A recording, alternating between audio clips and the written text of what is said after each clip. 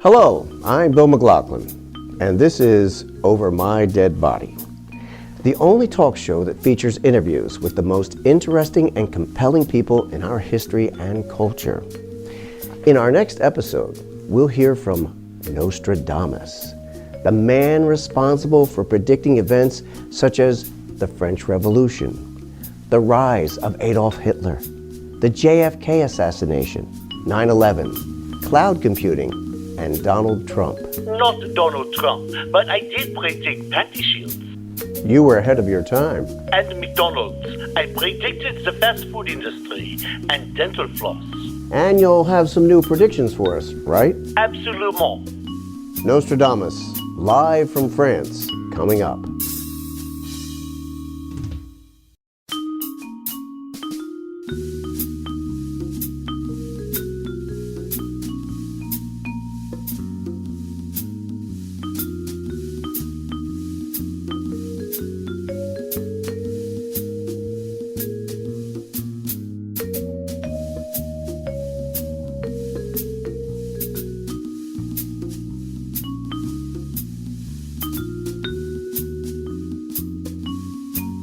Hello, I'm Bill McLaughlin, and welcome to another episode of Over My Dead Body, the only talk show that features interviews with the most interesting and compelling people in our history and culture.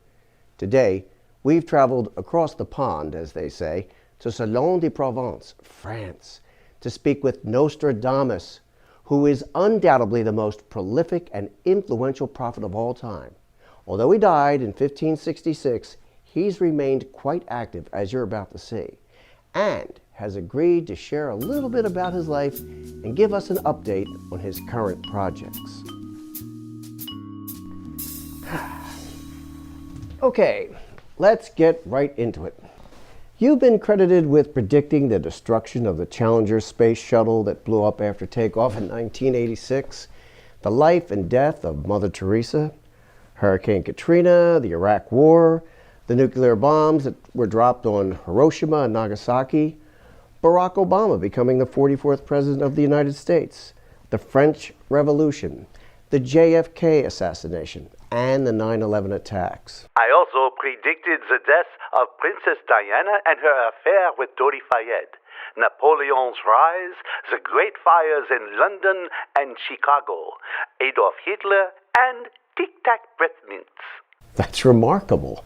Oh yes, and World War II. I just need to ask, is any of this really true? And please, don't be offended. Either way, it's a pleasure to talk to you. Well, yes and no.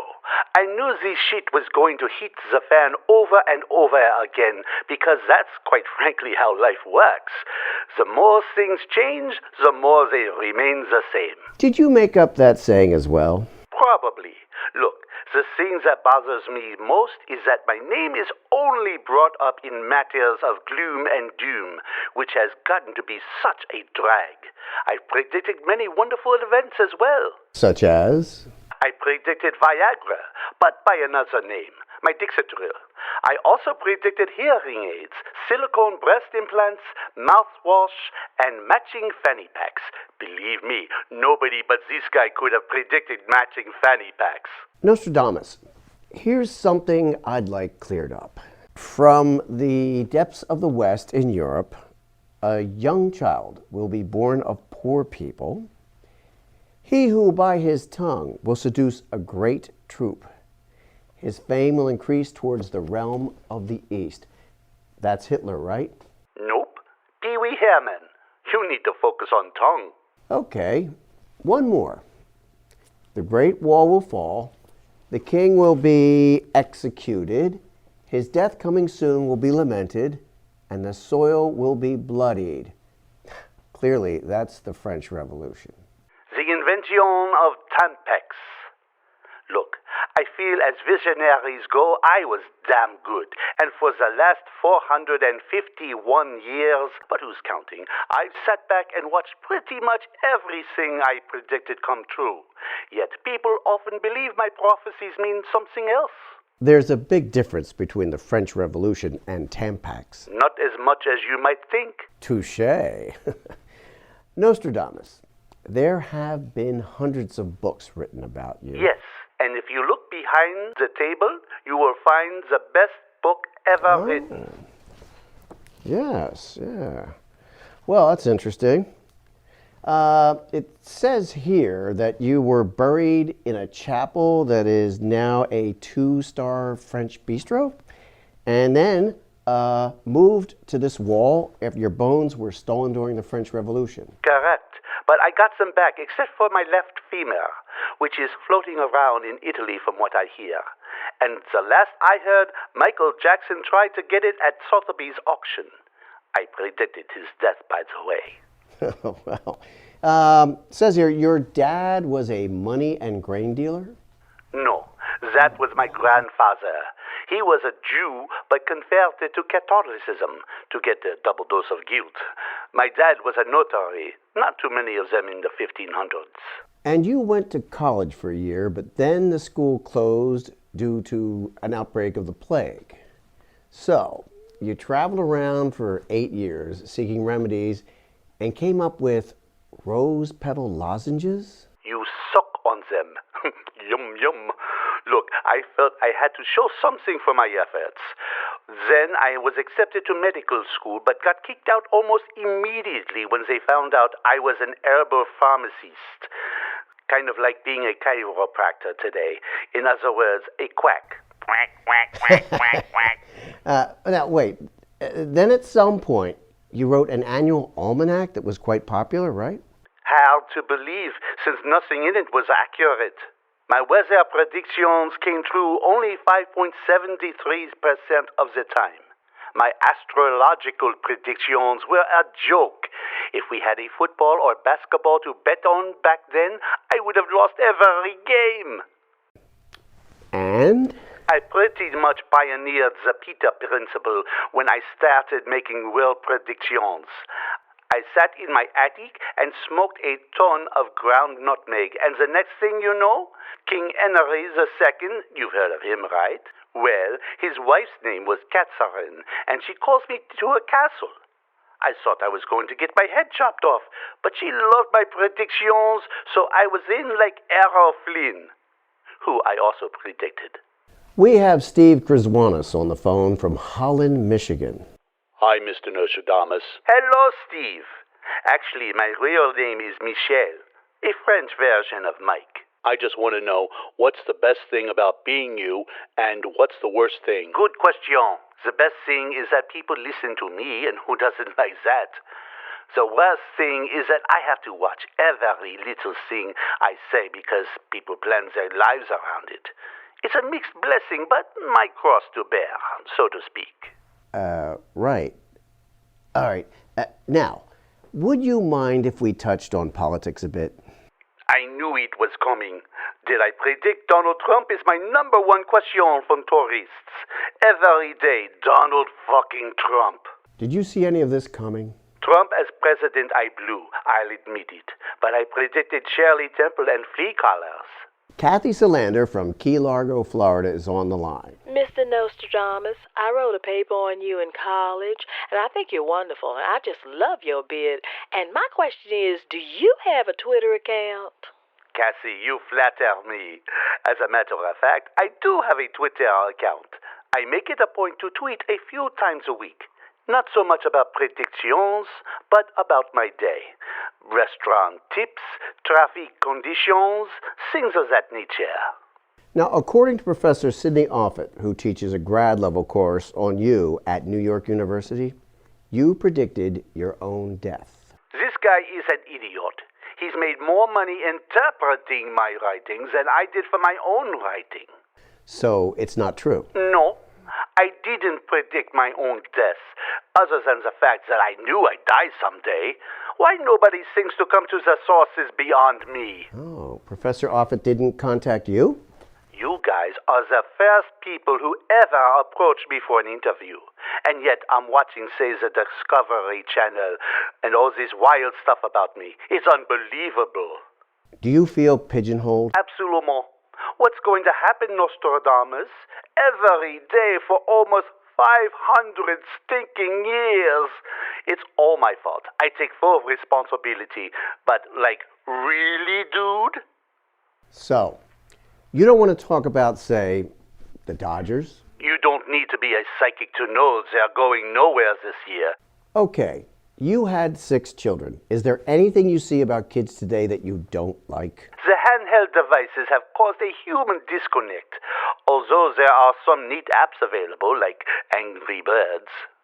Melissa Lindero from Woodbury, New Jersey, say hi to Nostradamus. Oh my God, Nostradamus, how are you? Bonjour, Melissa. I just want to know your idea of a perfect date. I am a big believer in romantic candlelight dinners, slow dancing, long walks on the beach, a good bottle of Bordeaux, and a fresh cannoli. I knew you were a romantic. Then I'd like to take the woman home, make her some sleepy time tea, and bend her over like a golden retriever.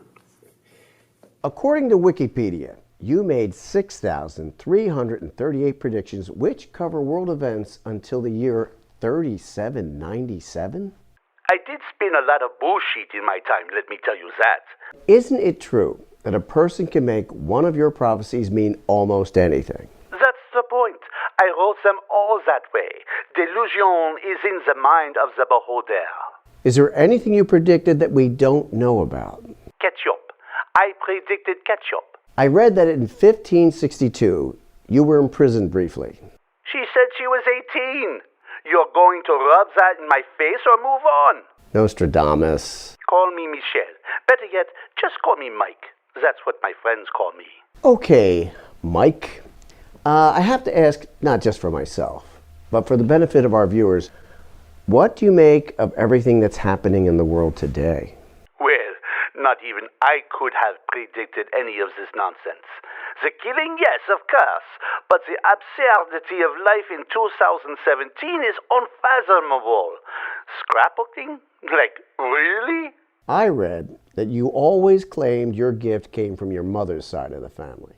My mama was intuitive, that's for sure. When I became a teenager, she'd always put a box of tissues on my nightstand. Bite your lip. I just did. Since you are taught in pretty much every school at every grade level, we thought we'd share with you letters from some young students so they can get to learn a little bit more about you. From the horse's mouth, so to speak. Shoot. Meredith Lobel, a high school senior from Cornish, New Hampshire, wants to know the name of your favorite book. Passionate Marriage by Dr. David Schnack. It's the ultimate how-to on keeping your sexual relationship alive, even when you find out your husband is gay. Helene Brown, a 7th grader from Jackson, Mississippi, asks, what's your most embarrassing moment? I farted in front of Queen Catherine once. Actually, it was a bit more than that. She called me to the castle, and I thought I might get beheaded. But she just wanted me to autograph my book. I was so relieved I shit my pants. Sam Stern from San Jose in Costa Rica wants to know if you have a favorite quote. Actually, I have two. The first from Voltaire, who said, history is a fiction that has been agreed upon, which I think really applies to my entire persona. And the second from Tennessee Williams, who said, I'll give you $50 if you let me screw you in the ass. And Rift Fournier from St. Louis, Missouri wants to know if you think man will ever visit Mars. Every time a man sits down to dinner with a woman, he's on another planet. Interesting analogy. Hey, I have a joke for you. Sure. Why did Nostradamus come home from work one evening and kick his dog? I give up. Because he knew he was going to shit on the rug in 5 minutes. I do a stand-up act Monday nights during the summer. During tourist season? Oui. Okay. Nostradamus walks into a bar and sits down next to a pretty woman and says to her, I predict you're going to slap my face in the next 10 seconds. And the pretty woman replies, why would I do that? And Nostradamus says, because you are a dumb cunt. Nostradamus. We received a letter from a viewer who wants you to describe your typical day. Sure. I'm up at 5:30 a.m. sharp, spinning tales of gloom and doom in my head. So I masturbate to take the edge off, then try to talk myself out of my little funk by saying, what the hell? I'm already dead, so who gives a crap about what will happen today? Then I throw on my coat and walk half a block to Starbucks and order a venti caramel macchiato with whipped cream and chocolate shavings and sit down at the front table. So far, it sounds like my day, except for the I'm already dead part. I will pick up the Paris and London papers, maybe even the fake New York Times, but I'll never get a chance to read them because people walk up to me all day long. They want advice. Aren't you Nostradamus? Can you tell me blah blah fucking blah? It's like I'm in hell, but with great coffee. What do you think of all the psychics and fortune tellers over the years? Well, they ain't yours, truly. I may not be perfect, but get a load of these insane predictions. You remember IBM, right? Of course. In 1943, Thomas Watson, their CEO, said, I think there is a world market for maybe 5 computers. What a goofball. Tell me about it. In 1937, Gary Cooper turned down Gone with the Wind and said, let Clark Gable fall on his face. Oops. In 1945, Admiral William Leahy told Harry Truman the atomic bomb will never go off. And I speak as an expert in explosives. So none of them are Nostradamus. How about the president of Decca Records, who in 1962 turned down the Beatles and said, guitar music is on the way out? They're clearly not you. These guys must have been smoking crack. On page 74 of Nostradamus for Dummies, it states that you used to stare into a bowl of water until a vision appeared, and then you'd write it down in 4 lines called a quatrain. That's exactly right. I wouldn't stop staring until something came to me. It didn't take long because who wants to stare into a bowl of water when they could be out getting drunk and laid? So, as you can see, I brought a small bowl of water with me, and I'm really hoping you'll interpret my vision. No problemo. Oh, wow. The sun, the moon, hands that wave, a sundial. I'd say a clock or a wristwatch, perhaps suggesting an imminent event. Fire, rain, a guitar, a bald old man. I get that a lot. It's James Taylor. Oh. Ooh, a vodka bottle, a skyscraper, hair gel, a wedding bouquet, KY jelly. A Vladimir Putin visit to the White House. You're going to put me right out of business, Bill. All right. A black ATM machine. Barack Obama. Nostradamus, we have one more caller. Dave Crossum from Doylestown, Pennsylvania. Bonjour, Dave. Hey, Nostradamus. When I heard you were going to be on the show, I did some checking on you, okay? Seems you were born on December 14, 1503. So you're a Capricorn like my wife, which means you're supposed to be cautious and responsible. I am aware of that. I was an astrologer as well as a physician and a prophet. Good for you, buddy. Well, looks like you were neither cautious nor responsible. Turns out that you told everybody you were a Black Plague specialist, and yet your wife and 2 children died from the plague, so they ran you out of town on a rail. Plus, your dead wife's father sued you to get his dowry back. Then you ran off and married a rich widow and had 6 more kids and wrote your bullshit predictions in the attic of the house that she paid for. Wow, that was some little speech, Dave. Well, all I can say is you can now put the dick back in your mouth, you pompous piece of dog shit. We didn't have antibiotics in the 1500s, so consider yourself lucky. Otherwise, your wife would be blind from all the infected cock she sucked. Asshole. Now. How about a parting thought for our viewers? Yes. Find your own inner prophet and then milk it for all it's worth. Sounds like a plan. And live every day as if it were your last. because in 673 days it will be. Thank you, Nostradamus. And thank all of you for watching. From Salon de Provence, that's in France, I'm Bill McLaughlin, and we'll see you next time on Over My Dead Body.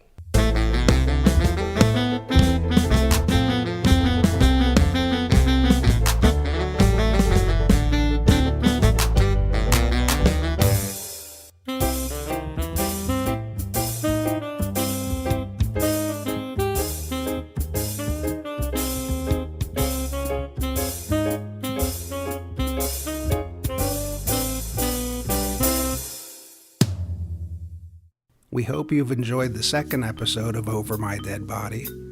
The entire series is now available as a podcast in addition to streaming on Amazon Prime. Aside from Nostradamus, we've interviewed Robert Kardashian, Steve Jobs, Mae West, Richard Nixon, and Julia Child. Upcoming guests include Walter Cronkite, Mark Twain, Howard Cosell, Sigmund Freud, Tupac Shakur, Jimmy Stewart, and Albert Einstein. All told, we plan to produce 60 episodes, and perhaps as many as 300 of them. One thing's for certain, there's no shortage of interesting guests, and more seem to arrive every day. The executive producers of this episode are Stephen Craig Ariste and me, Stephen Kunis. The show was produced and directed by the great Marty Kriswanis, a gifted artist and friend who I met in the 4th grade over a half-century ago. Over My Dead Body was created and written by me, Stephen Kunis, and this episode was hosted by Bill McLaughlin, a veteran of Second City. Nostradamus was portrayed by Marty Kriswanis, backed by popular demand. The telephone callers were played by Patricia Gales, Cheyenne Donnell, and Shak Nakunas. Sound recording was provided by Casey Shoemaker, and the editing was done by Marty Kriswanis and Saeed Mohammed. The catchy theme music, both at the beginning and end of the show, was composed and performed by Marty Kriswanis. As you may have guessed, Marty is one talented guy. Very special thanks go to Norman Lear, my mentor and friend for almost 40 years, and to my old boss, Johnny Carson, for suggesting to me that a talk show with a fantasy wish list of guests would be a wonderful idea. Finally, the staff at PhillyCam in Philadelphia provided much-needed encouragement and expertise required to turn our TV series into a podcast, which will allow us to educate and entertain even more people.